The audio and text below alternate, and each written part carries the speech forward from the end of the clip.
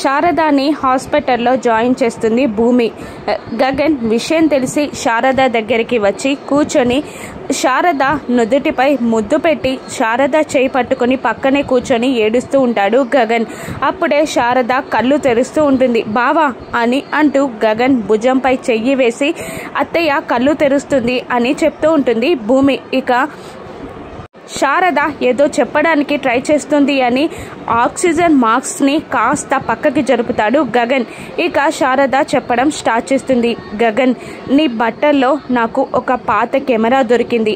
ఆ కెమెరాలో శోభాచంద్రని అపూర్వ చంపుతున్న వీడియో ఉందిరా, అది చూసి నేను షాక్ అయ్యాను అని శారద చెప్తుండగా గగన్ కోపంతో రగిలిపోతూ ఉంటాడు.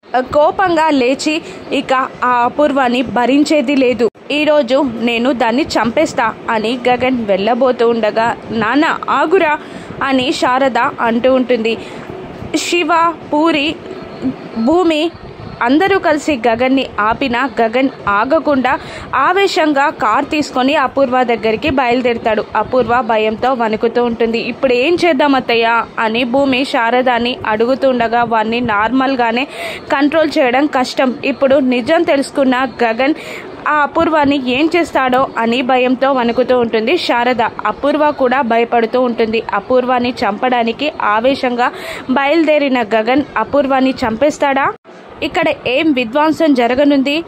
భూమి ఇప్పుడు ఏం చేస్తుందో రాను ఎపిసోడ్స్లో చూద్దాం. Thank you for watching.